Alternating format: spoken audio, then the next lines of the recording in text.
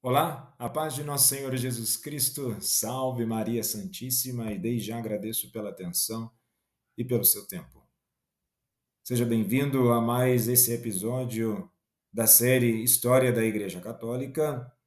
E o assunto de hoje é algo que acabou circulando nas redes sociais ultimamente, sobre uma fala de um padre acerca de que o catolicismo começou com Constantino.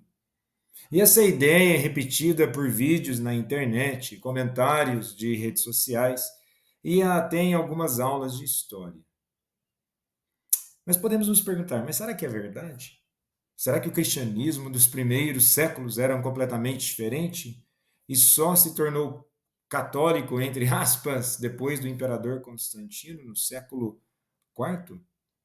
E hoje vamos desmontar esse mito, entendendo o que de fato aconteceu na história, o que significa católico e por que a fé da Igreja de Constantino é a mesma fé já professada pelos primeiros cristãos. E gravando esse episódio, é exatamente que trata de uma fala de um sacerdote da Igreja Católica. Eu vou colocar aqui a parte do vídeo onde exatamente o padre fala sobre essa suposta teoria de que o catolicismo ele surge após Constantino.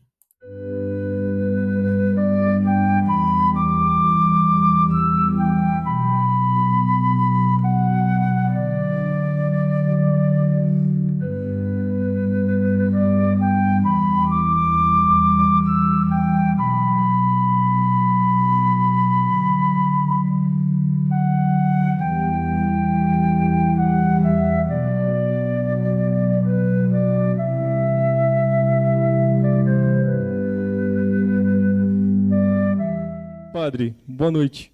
Opa, aqui, padre, boa noite, tudo bem? Eu tenho uma pergunta. Na verdade, eu estava analisando uma situação de um post de São Paulo Invisível, que só na cidade de São Paulo tem 96 mil moradores de rua. E eu discutindo com a minha família hoje, a gente vindo para cá, o quanto de igrejas que nós temos no Brasil. A cada esquina praticamente tem uma igreja, uma proliferação cada vez maior. E o que acaba sendo uma contradição, que era para o Brasil ser talvez o país mais solidário do mundo. E a gente está pensando bastante nessa proliferação das igrejas, principalmente as de vertente neopentecostal, e uma proliferação de pessoas explorando realmente o povo, enganadores da fé, pastor, mirim, coach, picareta, não sei, umas coisas assim. Eu queria saber como que a gente poderia fazer para trazer essas pessoas mais para perto do que efetivamente Jesus pregou, que me parece que é completamente contra tudo que está posto. Como que a gente pode trazer, principalmente as pessoas da nossa família, mais perto do que Jesus Pois realmente é, pregou? isso é uma luta, não tem um elixir mágico. No tempo de Jesus tinha os fariseus, os saduceus, os herodianos. Jesus não foi de nenhum desses grupos. E Jesus também não era católico, porque nem tinha igreja católica no tempo de Jesus. O catolicismo foi inventado depois do Constantino. Aí já vão me acusar de apostasia e de heresia. Então, é, a gente fica muito preocupado com o institucional. O que eu queria concluir, tem uma última pergunta, porque já está na hora de concluir, porque é hora de velho dormir. O catolicismo foi inventado depois do Constantino. Então, como vocês puderam observar no vídeo, se trata, né, do padre Júlio Lancelotti. E aqui eu não vou comentar da pessoa dele, porque, primeiramente, não é da prática, né, dos vídeos desse canal ficar falando mal de pessoas. O que é lamentável, muitas vezes, alguns canais que se dizem católicos ficarem fazendo comentários tendenciosos sobre a pessoa do padre Júlio Lancelotti. Aqui eu vou unicamente analisar esse ponto da aula, e eu assisti a aula inteira, 1 hora e 7 minutos, salvo engano aí, de aula. Eu assisti por inteiro e é no final que ele faz esse comentário. Eu fiz questão até de colocar a pergunta do participante ali daquela aula e a resposta dele. Então, inicialmente, o que nós temos que ter noção é de que há de se ter um respeito pela pessoa do padre Júlio Lancelotti. E eu falo isso até numa certa taxonomia e do respeito. O que é taxonomia? Entendendo, primeiramente, o Padre Júlio tem que ser respeitado enquanto ser humano, certo? A sua dignidade enquanto humano. Ele tem que ser respeitado enquanto pessoa. Ele já é um senhor, eu respeito ele enquanto senhor e idoso, e também o respeito como sacerdote. Então, é muito lamentável, né, que alguns católicos, por assim dizer, gostam de ficar incitando comentários negativos acerca de um ser humano, de uma pessoa, de um idoso e de um sacerdote. Né? Eles ferem 4 categorias. Né? Por que citar isso filosoficamente falando? Não tem que atacar a pessoa. Agora, ao fazer um comentário aqui acerca do erro dele sobre essa questão histórica da igreja, eu não estou indo contra ele. E por que colocar em redes sociais? Porque essa série, né, esse vídeo está dentro, né, do seriado da história da Igreja Católica. E o comentário dele, ele poderia ter respondido de uma outra forma, aí ele tem a liberdade para ele responder da forma que ele quis responder, mas dentro da liberdade que nós temos, nós podemos cometer equívocos, e ali é uma resposta equivocada. Acredito eu, aqui é Renan falando, que ele possa ali, na dimensão dele, tentando responder, ele deixa até uma brecha para entender isso, que as pessoas estão muito preocupadas com o institucional, e aí ele traz a questão, ele poderia estar fazendo uma crítica ao isomorfismo, ou seja, uma preocupação estrutural, mas essa crítica dele poderia ter sido feita de uma outra forma, aqui nem vou ficar fazendo análise de discurso ou outras coisas, e meramente vou ficar falando da questão da pessoa. Não faz sentido. O que faz aqui, tendo em vista que é um vídeo sobre a história da igreja, é um equívoco falar que o catolicismo surgiu após Constantino. É um equívoco da teologia sistemática, por assim dizer, que engloba a eclesiologia.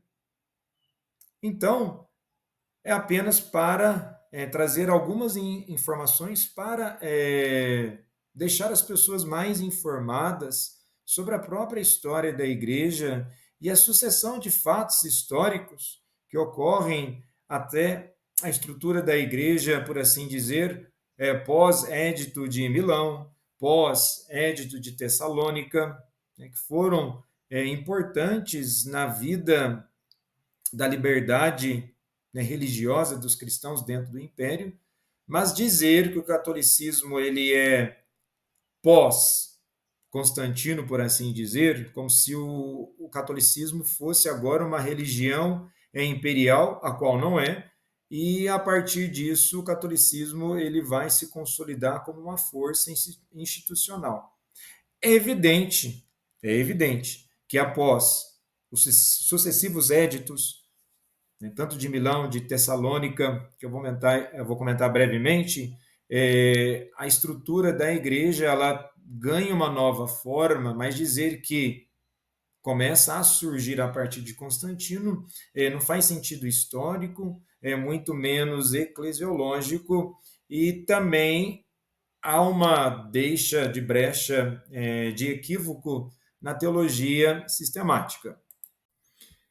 Então vamos aqui analisar alguns elementos históricos acerca dessa questão do catolicismo no Império Romano. O que é muito conhecido do Édito de Milão, né, no ano de 313, né, após séculos de perseguições sobre Nero, Décio, Diocleciano, né, Constantino vence a batalha da Ponte Milvia em 312 e atribui a vitória ao Deus dos cristãos. Isso aqui resumindo muito bem a história, tá? Mas resumindo muito bem em que sentido? A gente está tirando alguns outros elementos, apontamentos históricos aqui que podem influenciar na própria decisão de Constantino. E no ano seguinte, ele decreta a liberdade religiosa em todo o império. Então ele concede uma liberdade de culto a todas as religiões, incluindo o cristianismo, não é apenas para o cristianismo, e ele vai garantir o direito de reconstruir templos e comunidades cristãs. Inclusive, até nesse período, né, as comunidades cristãs elas se reuniam em casas ou nas catacumbas em Roma.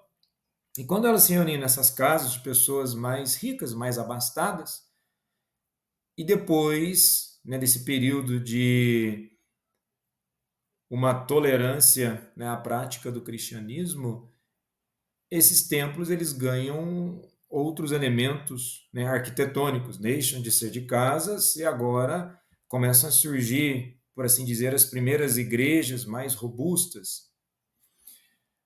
Tá, isso estou falando do ano de 313, mas se nós voltarmos um pouco, né, na história, em 311, tem o chamado Édito de Galério, que é o primeiro documento, né, que cessa oficialmente as perseguições aos cristãos, antes mesmo de Constantino. Então, reconhece a inutilidade das perseguições e permite aos cristãos existirem novamente, né, contanto que rezem para o bem, né, do império. Então, antes de Constantino, já existia no império uma ideia, né, do fim dessas perseguições. E aí nós temos, em 380, né, o Edito de Tessalônica, que é do imperador Teodósio I, né, com Graciano e Valentiniano II, que após décadas de liberdade e expansão surgiram heresias dentro do império, né, como o arianismo, e Teodósio buscou unificar o império sobre a fé nicena, que foi definida no Concílio de Nicéia em 325.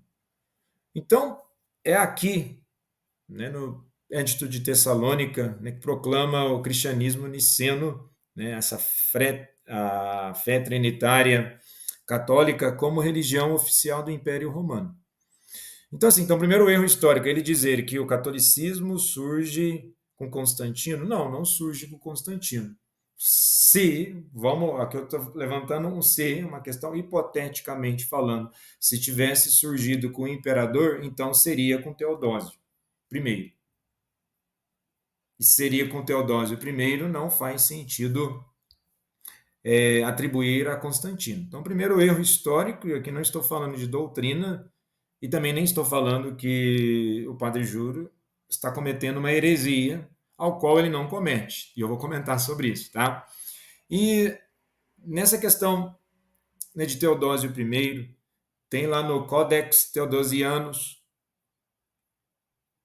no volume 16, né, tem lá as situações que ele exatamente tem uma ordenação que todos os povos que estão sob a clemência sigam a religião que o divino apóstolo Pedro transmitiu aos romanos. Então tem essa citação. Então, novamente, atribuir a Constantino, a quem faz assim historicamente, a professores equivocados, né, de história que fazem assim, já estão cometendo ali um erro histórico, porque não faz o sentido histórico, e ainda nem estou falando, né, da eclesiologia e da teologia sistemática, apenas apontando aqui inicialmente para uma questão histórica. Agora, por de fato, olhando, né, para o cristianismo nas suas origens e também o desenvolvimento da estrutura do cristianismo. Nós temos que, evidentemente, pegar no início do cristianismo, né, que vamos chamar do cristianismo primitivo.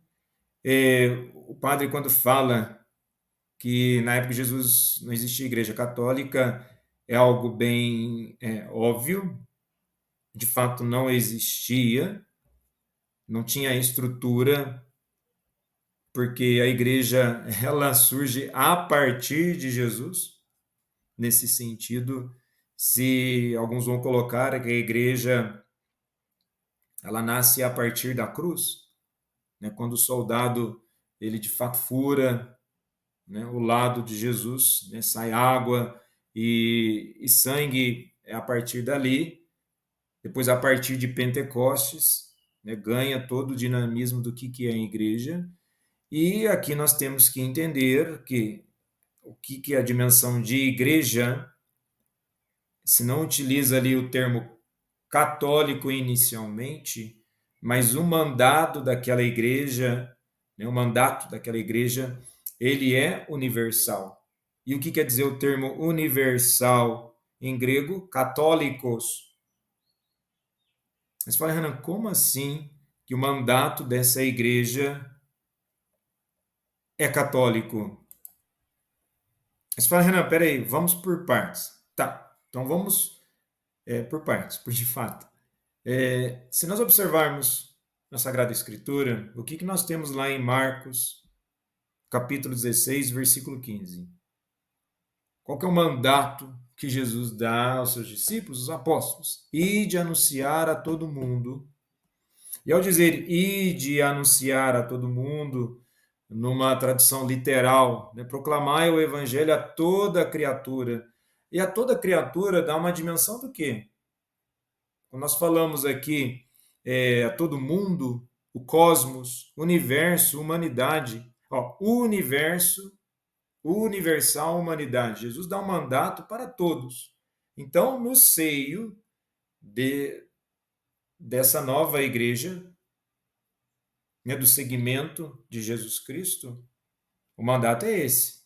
A todo mundo é o cosmos grego, a todo o universo conhecido da religião que está ali surgindo. Quando eu falo religião, religare, né, está ligando a Deus, aos novos princípios, né, o novo mandamento e a humanidade. Você fala, Renan, mas o que tem a ver a palavra católicos? Não está aqui no texto. Tá, mas eu estou apontando aqui. Quando nós falamos de cosmos, de todo mundo, o universo universal, ou seja, não era para ficar restrito às fronteiras do mundo ali conhecido, do judaísmo, aqueles ali. Tanto que os apóstolos vão para outras áreas do mundo, e nesse sentido é universal, para outros povos. Então, falar que é universal é exatamente trazer a dimensão, é que é para outros povos e todos os povos, porque é para toda criatura. Mas falar, Renan, mas aqui não há uma preocupação institucional? Não, há uma preocupação inicialmente do mandato. Depois, a forma que a igreja ela vai se estruturando ao longo dos séculos, nós vamos ter aí uma outra questão da própria eclesiologia. E é interessante que o termo católicos, né, quando você tem kata, segundo, holos, todo. Segundo o todo, ou seja, universal. Se nós estamos falando de toda criatura, segundo o todo, dá uma dimensão universal. E na língua grega clássica, né, católicos era usado para algo geral, universal ou integral. Então, se é para toda criatura, é para todos os povos dessa dimensão. Nós temos ali o católique paideia, que é uma educação geral, ou católique doxa, que é uma opinião comum. Agora, então já existe sim, antes de Constantino, o catolicismo, nesse sentido, do cumprimento do mandato daquilo que Jesus ordena em Marcos 16, versículo 15. Agora, se a crítica do padre ali é para que a instituição, muitas vezes, ela limita esse mandato, aí é um papo para outra conversa que tem que estender bastante. O cara fez uma pergunta que a quantidade de igrejas, e se o Brasil é muito cristão, deveria ser um país mais caridoso? Sim, é um pensamento ali interessante. Agora, já mesclar isso que Constantino, que inventou o catolicismo, não tem sentido histórico e nem de documento. E nós podemos observar que a primeira ocorrência documentada da palavra católica, né, aplicada à igreja, é do ano 107, né, depois de Cristo, evidentemente, por Santo Inácio de Antioquia, né, discípulo de quem? São João Apóstolo. E o que ele diz a carta aos esmirnenses? Onde está Jesus Cristo, aí está a Igreja Católica. É isso que ele diz. O termo está lá nessa carta. Então, isso é antes de Constantino. Antes de Constantino existir, né, já utilizado o termo católico, né, e atribuído à Igreja dos Apóstolos, essa comunidade que surge. Agora, evidentemente que surgindo várias comunidades ao longo do mundo, até essas comunidades elas se entenderem que elas existem, elas se dialogarem enquanto a mesma instituição, mas não numa instituição de um isomorfismo para trazer as coisas monótonas e ficar regulando as pessoas. Enquanto instituição deles se entenderem, se identificarem que praticam as mesmas coisas, para não utilizar aqui o termo coisas, né? Vamos utilizar, eles praticam a mesma fé, com os mesmos sacramentos, com o mesmo rito. E isso também há elementos de documentos que, muito antes de Constantino, já há uma igreja que se manifesta e se estrutura assim. Então, catolicismo ou católico é antes, é pré-Constantino, porque nós estamos falando da universalidade geográfica, né? O mandato a toda criatura, a todas as nações, não restrita a um povo, né, como Israel. Há uma totalidade da fé, ensina a fé completa, segundo o todo da revelação, sem mutilações nem heresias. Então vejamos bem que o católico não é disso que ele jogou da ideia de Constantino, inventou a partir de dogmas, não. Nós estamos falando da totalidade da fé, segundo o todo, e reúne todos os fiéis em comunhão com Cristo e com os sucessores dos apóstolos, os bispos, em comunhão com o Papa. E a missão universal, como eu já mencionei. Então, essa é a dimensão de católico. Então, nesse sentido, o que Constantino fez? Ele não fundou a igreja, muito menos não iniciou nenhum catolicismo. O que ele legaliza é o cristianismo, através do Edito de Milão, em 313, mas isso é consolidado apenas no Edito de Tessalônica. Nós podemos parar para pensar, mas o império passou a favorecer o cristianismo? Essa palavra favorecer é muito forte utilizar aqui. Ela parou de matar cristão, em certas partes. E isso trouxe consequências políticas e culturais.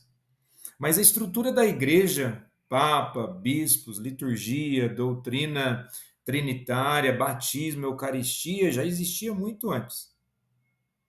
Pode ser que Constantino viu o cristianismo como um fator de unidade do império? Sim, mas ele mesmo só foi batizado no leito de morte, e a sua fé pessoal é objeto de debate. Então, é mal interpretado essa questão histórica. O que também é mal interpretado é o próprio concílio de Nicéia, em 325, onde muitos dizem que foi ali que a igreja inventou dogmas. Não. O concílio apenas definiu de modo solene que a igreja sempre acreditou que Cristo é Deus verdadeiro, de Deus verdadeiro, consubstancial ao Pai. Então, o concílio não criou a Trindade e não criou um dogma e uma religião. Então, o catolicismo não nasceu do poder político, ele nasceu do mandato de Jesus. E aqui é interessante deixar claro, nós estamos falando de catolicismo no sentido da palavra grega, que eu já expliquei. Não estou falando do desenvolvimento cultural do catolicismo romano na França medieval, ou na Itália, ou na Espanha, e tal. Não estou dizendo isso, não estou levando os aspectos culturais, nós estamos falando do termo da palavra, que foi utilizado equivocadamente pelo padre, simplesmente isso. Ele poderia ter respondido de uma forma diferente, certo? Então, por isso, quando alguém disser que a igreja nasceu com Constantino, na verdade, o que você pode responder para a pessoa? Falou, não, Constantino ele encontrou a igreja, ele não inventou nada. Ele apenas encontrou um grande tesouro que já existia há alguns séculos anterior a ele. Quando eu digo alguns séculos, vamos colocar aí 2 séculos de desenvolvimento de fé. Vamos colocar 3 séculos, né? Século I, século II, século III, no desenvolvimento de fé. Quantos cristãos, quantos padres da igreja surgiram, evidenciaram, defenderam a fé.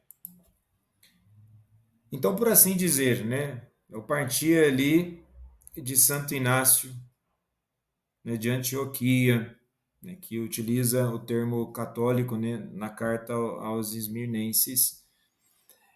Vamos para o ano de 155. São Policarpo é martirizado, discípulo de João Apóstolo.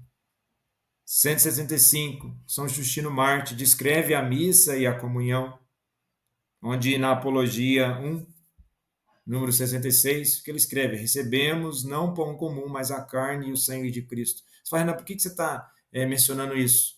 Porque aqui é uma dimensão litúrgica. Então, eu estou falando de catolicismo como uma prática de um todo, do ensinamento de uma fé do todo, e esse ensinamento de fé tem aplicações litúrgicas, tem aplicações doutrinárias. Não estou mencionando uma questão institucional. No ano de 180, Santo Irineu de Leão, né, discípulo de Policarpo, ou seja, nós estamos aqui numa sucessão. É interessante isso, né? Na sucessão dos apóstolos. Né? A Didaquê, o próprio ensinamento, a Didaquê já traz o ensinamento de uma catolicidade. Eu vou falar sobre a catolicidade aqui também. E que São Policarpo ele vai dizer? Com a igreja de Roma deve concordar toda a igreja, né? Escrevendo isso contra as heresias. Depois temos elementos da estrutura hierárquica e sacramental consolidada. Tertuliano, por volta de 220, defende a tradição e os sacramentos, batismo, penitência, eucaristia.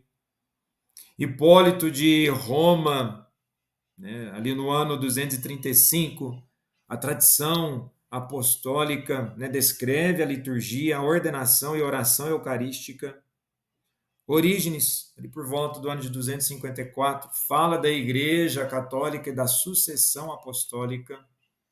E São Cipriano de Cartago, ali por volta do ano de 258, fala exatamente, ele tem uma obra que trata dessa questão da igreja. Né? Sua principal obra é o tema da unidade da Igreja Católica, né? Escrita em 251, para combater cismas, divisões em Roma e Cartago. Ele fala da unidade essencial, a igreja como mãe. Fora da igreja não há salvação. Então ele traz essa discussão, que é uma discussão que é retomada lá na Reforma, né, protestante. Enfim, né, são esses elementos aí estruturais que eu achei interessante trazer a curiosidade aqui. E até chegar em Constantino, quantos mártires? Eles morriam pelo nome da fé, eles pertenciam a uma igreja, e aí é interessante que falar de igreja enquanto eclésia, né, dessa assembleia dos crentes, daqueles que acreditam.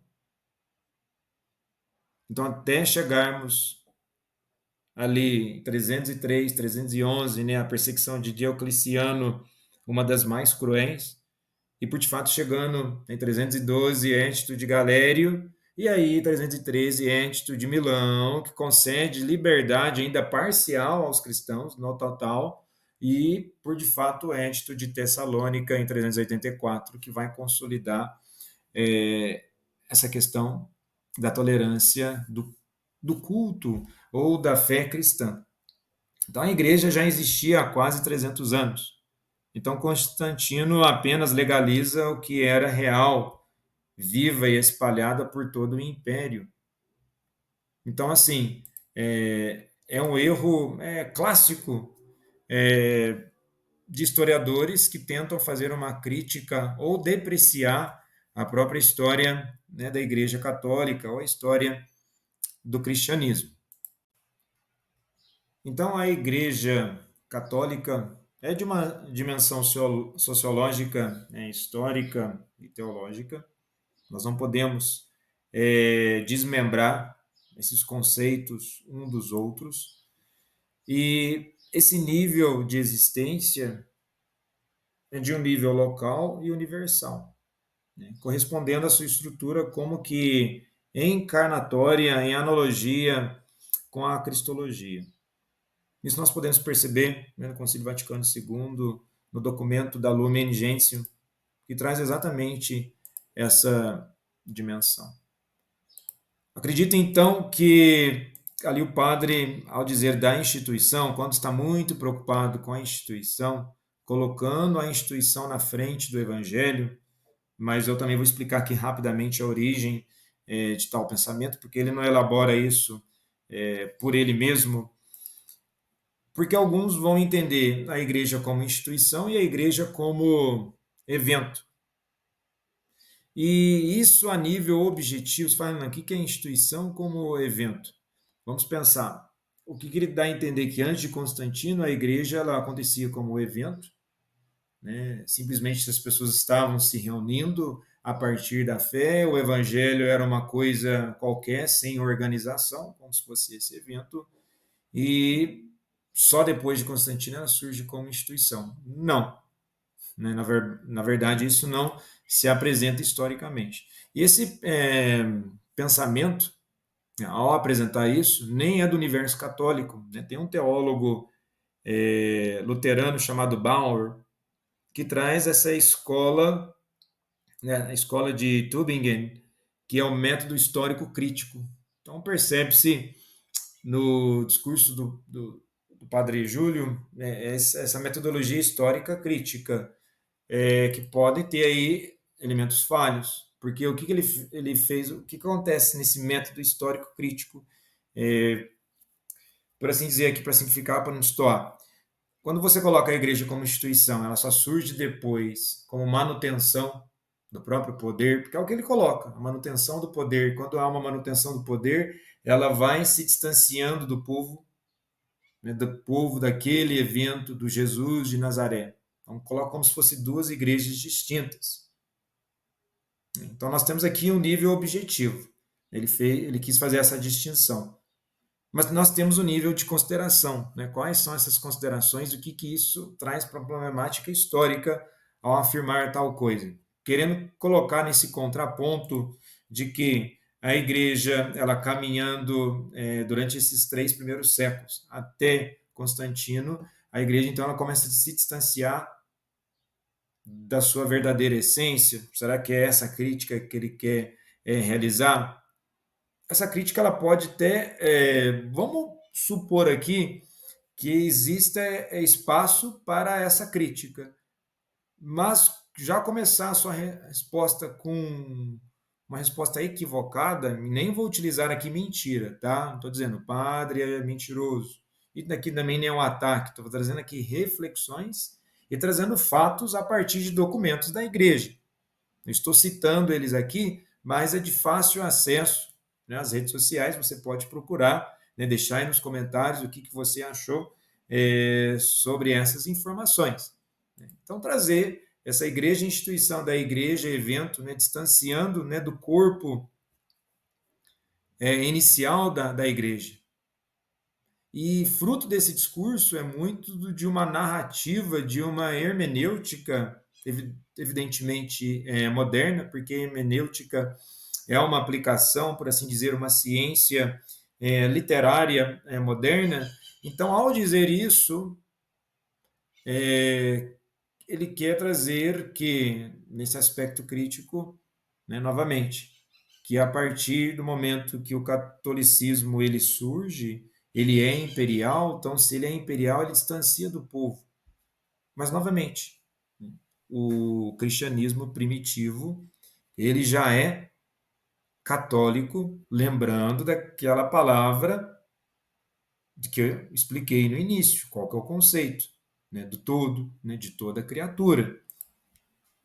Então, aqui, retomo a questão do conceito de catolicidade. O que é a catolicidade da igreja?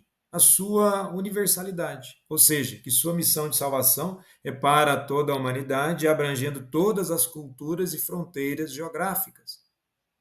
Então, sim, o cristianismo inicial, por assim dizer, ou o cristianismo primitivo, né, das primeiras comunidades, ele já é católico, pensando dessa universalidade. Agora, quando nós pensamos em universalidade, se eu falar para uma pessoa do século I, logo no início, o que é o universo, a dimensão de cultura, né? Porque ao falar de universalidade em pleno século XXI, eu tenho uma noção mais abrangente pelos acesso à própria internet, acesso a outras culturas, do que é o universal. Mas para uma pessoa no século I, universalidade é aquele mundo até então conhecido, da cultura até então conhecida. Mas no início, o mandato de Cristo é para toda criatura. E se toda criatura ela vai expandindo os limites geográficos e os limites culturais, é isso. É o todo. É para o todo. Isso é catolicidade. Então, a partir, né, do mandato do nosso Senhor Jesus Cristo. Aqui que eu falei que ia comentar que não é herético a fala do padre Júlio, porque ele não nega que a igreja foi fundada por Cristo. Aí sim ele estaria cometendo uma heresia de uma teologia dogmática, de uma teologia sistemática, uma heresia eclesiológica. Aí ele estaria comentando. Depois ele faz, né, um comentário, vão aqui me acusar de apostasia e heresia. Não, fique tranquilo que o único erro do senhor foi histórico, teológico, eclesiológico. Tá? O único erro foi ali, mas não no intuito herético, né? Apenas desprovido ali de contexto na hora de responder. Tá? E nessa dimensão, dá para, na minúcia, né, do discurso, ele tem que só tomar cuidado que, quando ele coloca assim, o catolicismo surgiu a partir de Constantino, e que a igreja ela tem que ser uma criatura do evangelho.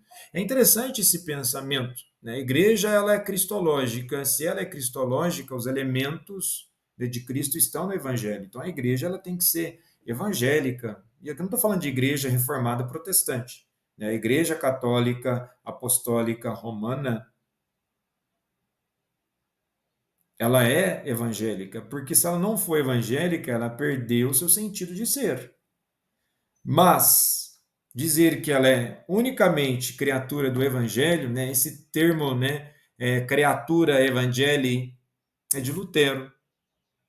Então, olhar para as estruturas da igreja, olhar para como ela está no mundo, é princípio, sim, de reflexão, né, de como ela age na sociedade, né, como eu já mencionei, ela está no nível sociológico, teológico, histórico.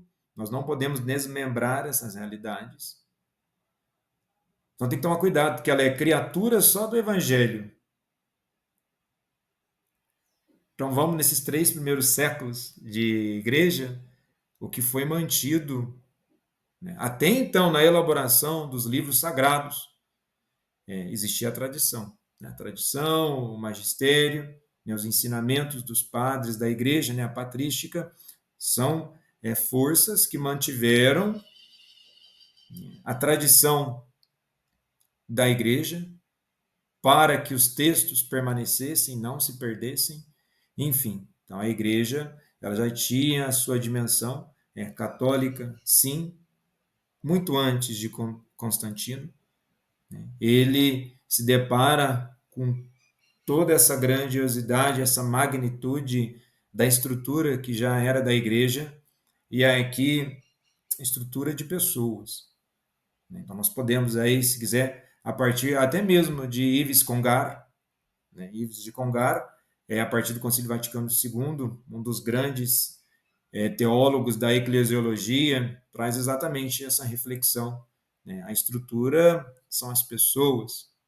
Aí, se o padre quis, né, tecer ali uma crítica ao isomorfismo, que muitas vezes distancia a igreja da sua verdadeira finalidade e da sua prática, aí era uma outra questão, e a meu modo de ver, ele se perdeu na resposta. Então, para finalizar, o padre não cometeu uma heresia, foi um erro, embora o erro possa levar a uma heresia, mas nem todo erro é heresia. O que o padre aqui comete é um erro histórico, teológico e eclesiológico, né? Lembrando que a heresia, conforme o Catecismo da Igreja Católica, no número 2089, vai explicar que a heresia é a negação pertinaz depois do batismo de uma verdade que se deve crer com fé divina e católica ou a dúvida pertinaz acerca dela. Então aqui ele não está negando nenhuma questão divina e simplesmente errou bastante na parte histórica e teológica e eclesiológica. E lembrei agora aqui de um filósofo, teólogo alemão do século XIX, muito conhecido ali no século XIX, chamado Johann Adam Mohrl, que ele buscou integrar a tradição patrística com uma reflexão profunda sobre a Igreja como corpo vivo de Cristo. E ele enfatizou que a Igreja Católica é um organismo espiritual e visível, animado pelo Espírito Santo, e que sua unidade e catolicidade derivam da comunhão viva com Cristo e os apóstolos. Então, pode ser, estou aqui levantando hipoteticamente falando, que na cabeça do padre, ao tentar falar sobre a instituição, como a instituição, na sua estrutura, pode muitas vezes delimitar a ação evangélica na qual ela está ali para realizar. Então, novamente, a resposta ficou muito limitada por uma questão de tempo, mas pode ser isso. Estou aqui só especulando. Então, guardem aí as suas espadas, não há sentido de buscar uma cruzada em cima disso. Realmente foi ali um erro, um equívoco de fala. Agradeço imensamente pela atenção. Até o próximo episódio. Paz e bem.